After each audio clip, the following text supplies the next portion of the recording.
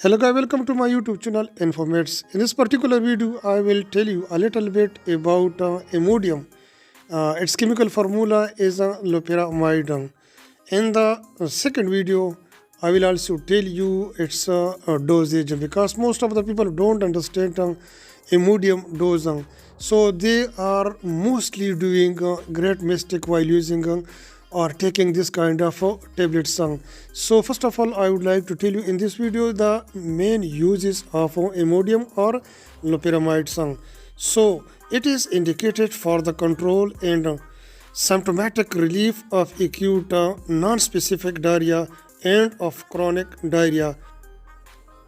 So if someone is there who is watery diarrhea, so they should take this tablets because this Imodium is very important to reduce or to control the watery diarrhea. In the next video, I will tell you its dosage because if you are not taking this kind of tablets accordingly, so it will not work properly. Thank you for watching this important video.